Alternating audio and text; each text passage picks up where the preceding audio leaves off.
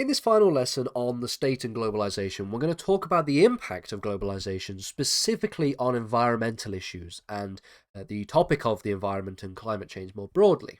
So it's actually quite interesting because we know already, and we should know already as relatively educated people, you only have to be relatively educated to have this detailed understanding, but we know that the issue of climate change is undoubtedly the most important problem the world is going to have to deal with in the next few decades, or potentially not deal with. Well, let's just see how it goes, and we'll just, let's let it all unfold, and then let it all destroy the world. That's probably the foreign policy of a number of different states at the moment.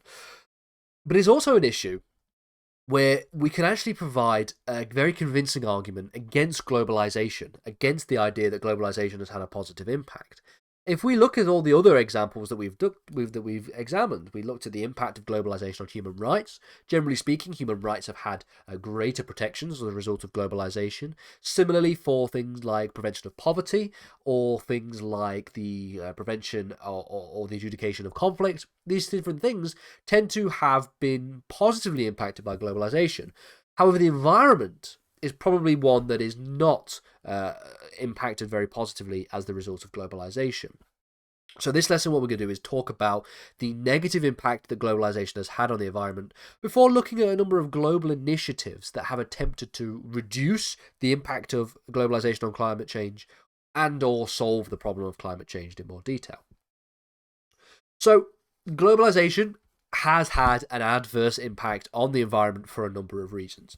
Firstly, we have the increase in industrialization. That leads to an increase in greenhouse gas emissions. Simple as that. It's quite simple. Industrialization has also led to an increase in deforestation. Now, you might be thinking, well, what has globalization got to do with industrialization? Well, granted, there has been industrialization that takes place and can take place independent of globalization, but with greater globalization has increased the amount of industrialization that exists within the world, especially when it comes to the creation and establishment of greater and deeper supply chains. Things like huge oil tankers and maritime exports all either directly contribute to greenhouse gas emissions, like giant freighters and stuff having an adverse effect, but also in certain situations where they're not intended to have a negative impact but do. So, for example, when it comes to oil spills and to damage to the environment in regards to pollution of certain ecosystems. We'll talk about those, don't you worry, in a couple of minutes' time. The need for greater energy consumption has led to an increase in all kinds of economic and environmental disasters over the years. Oil spill disasters, nuclear disasters, as well as the just general increase in energy consumption, generally increasing greenhouse gas emissions. All of this, none of this should be particularly controversial to anyone who is listening. Now, when we talk about globalization and we talk about the environment, we have to make focus on the impact of multinational corporations, because arguably the greatest detrimental impact on the environment comes from these multinational corporations. An example, there are multiple examples of this being the case. Some of the most pertinent examples concern the impact of oil companies when it comes to their impact on environmental hotspots. Now, before I start going in and attacking multinational corporations for a second, I should make it very, very clear the multinational corporations don't exist in a vacuum, okay? They exist because of the demand for their products or their services from ordinary individuals. The only reason why oil companies exist and why oil companies are so exploitative in terms of environmental damage is because there is a huge demand for energy across the entire planet. I think it's often the case that when we talk about sort of populist policies relating to the environment and the impact of corporations, people try to detach multinational corporations from the greater global societal system that exists, that allow them to exist and that allow them to have the detrimental impact, and essentially make it so that they have to have a detrimental impact on the environment. So let's just be a little bit clear on that before we carry on. So the best example of a multinational corporation, specifically an oil company, having a detrimental impact on the environment comes from a case that exists against Chevron, which is an oil company. Now, I'm not going to go into this in a great amount of detail, but I would really highly encourage you to research this case, because it is actually it's wild, the kind of things that took place within this case. Essentially, the person who litigated this case, the person who litigated against the oil company Chevron, the human rights lawyer, is, I believe, under house arrest as a result of this case, as a result of threats from the Chevron oil company. But it essentially was one of the largest lawsuits in history, a $9.5 billion claim against the oil company Chevron for environmental damage that was caused to the Amazon rainforest. Now, it is still going back and forth. They actually lost that case. Chevron lost the $8.5 billion claim, $9.5 billion claim. However, they are yet to pay a single penny because they are holding it up in litigation as much as possible. Because they know, and I think every other oil company knows, that if they can be successfully sued for $9.5 billion for the environmental damage that was done to the Amazon rainforest, then that will open the floodgates to litigation against essentially every other oil company in the world for environmental damage that they caused. So it is incredibly important for Chevron to not set that as a precedent. So it is important for them to not pay that money, because if they pay that money, then essentially every other oil company could potentially go bankrupt as a result of cases that can be brought against them.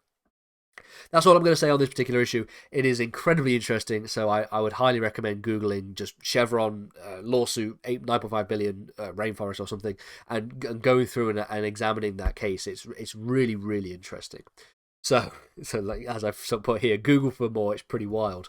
Now, equally, a few months ago, in fact, Peru launched legal claims against a Spanish oil company by the name of Repsol. So again, for damage that they did to the environment, there has been a claim brought against Repsol by the whole country, by the state of Peru.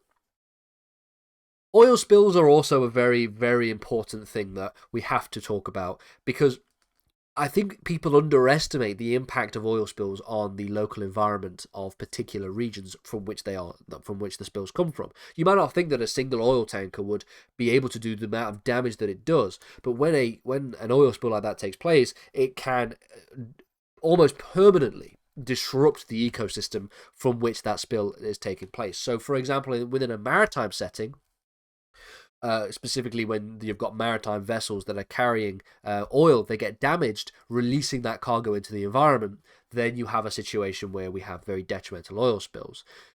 This is a direct example of how globalization and supply chains can have detrimental impact on the environment, because it is an example of the need for the global integration of the transportation of various products, for example, oil, to and from different areas within a maritime supply chain setting, damaging the environment, essentially. There are a couple of examples of this being detrimental in terms of maritime oil spills. So you have the Torrey Canyon oil spill, which I believe it had a detrimental impact on the United Kingdom. You also have the Exxon Valdez, which was also an incredibly damaging oil spill as well. Oil spills can also take place within the context of oil drilling. So where you have established an oil rig and there is drilling taking place, and then that drilling goes wrong for whatever reason, whatever technical engineering based reason, that can then lead to the oil well that is dug to spew oil out into the ocean. And the best example of this is, of course, the Deepwater Horizon disaster that took place. I believe it was the early 2000s or mid 2000s. The Deepwater Horizon oil spill and explosion as a result as well. Again, focus on that if you want to look at any of these in more detail. These are all really, really interesting cases for anyone that's interested in their sort of maritime law or their maritime supply chains. This is a really interesting topic to get into. So we can all think of examples of how globalization has had a detrimental impact on the environment. But what about efforts within global politics to support climate initiatives? Because there has been a pushback in terms of the efforts that is made. There is a growing body of law that exists in terms of environmental protection. And we've seen that environmental protection finds its way into other areas of the law as well, which we'll get to in a minute. So one apt example of how globalization has had a positive impact on the environment is the near universal banning of CFCs in certain consumer and industrial products that resulted in the depletion of the ozone layer.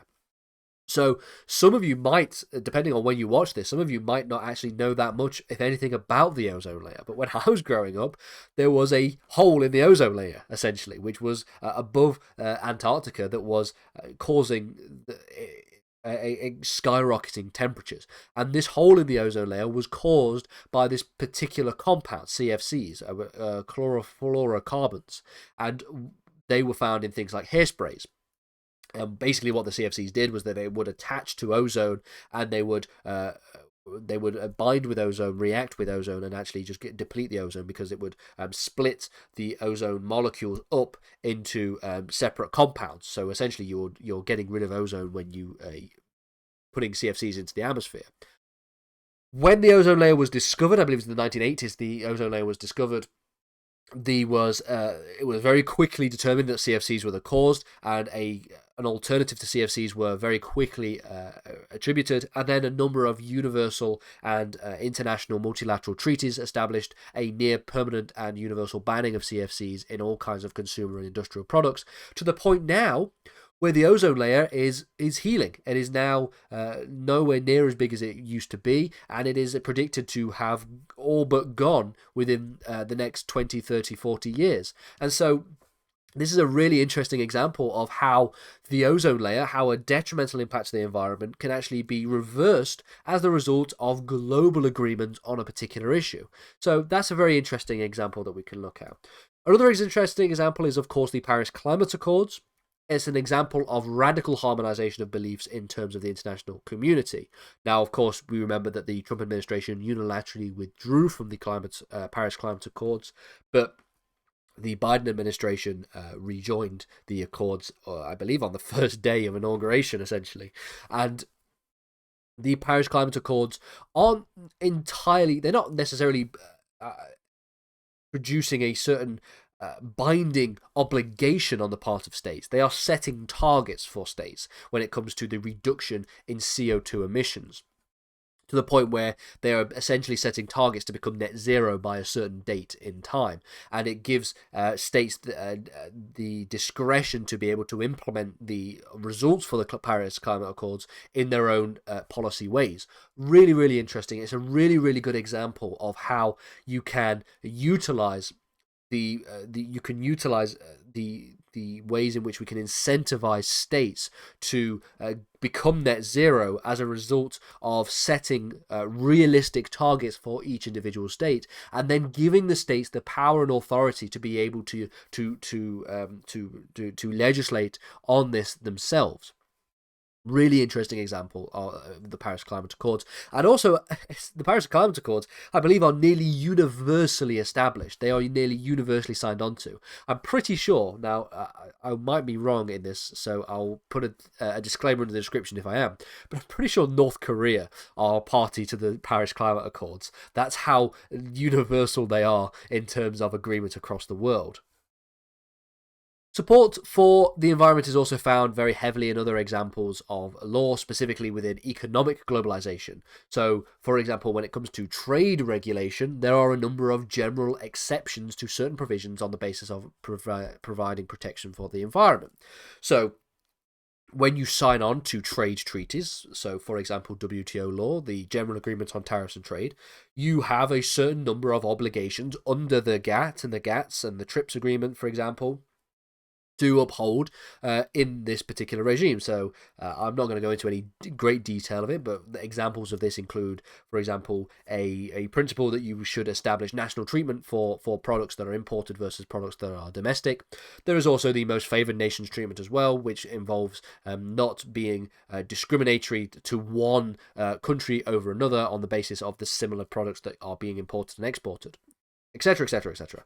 But While there are all these obligations as part of the WTO, there are also exceptions that are allowed for within the WTO as well. Some of these exceptions are on the basis of the establishment of regional integration, so customs unions. So, for example, the relationship between states within the European Union is different to the relationship between third states in the European Union as part of the World Trade Organization. The reason for that is because there are general exceptions within the WTO to regional customs unions, but there are also exceptions on the basis of the protection of the environment.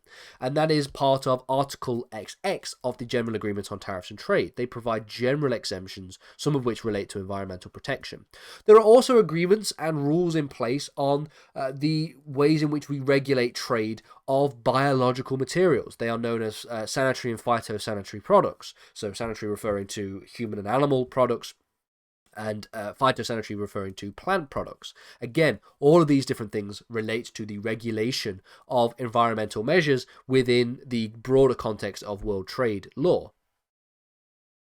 Finally, we have the growth of international economic law, which I have mentioned, international environmental law, which I have mentioned already, and we've seen an increase in activity over the past few decades. So there are multiple rules derived from international custom. So, for example, there is a general duty within customary international law for states to warn other states of damage or danger that are of an environmental nature.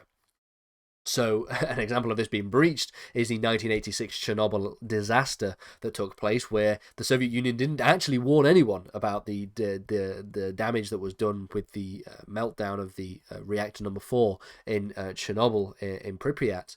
Now, this is a general rule of law, general practice that exists. So essentially, if there is for example, a nuclear spill, nuclear disaster that has taken place, or there is any other kind of environmental disaster, there is a general duty for states to warn other neighboring states that could potentially be in danger of this environmental danger.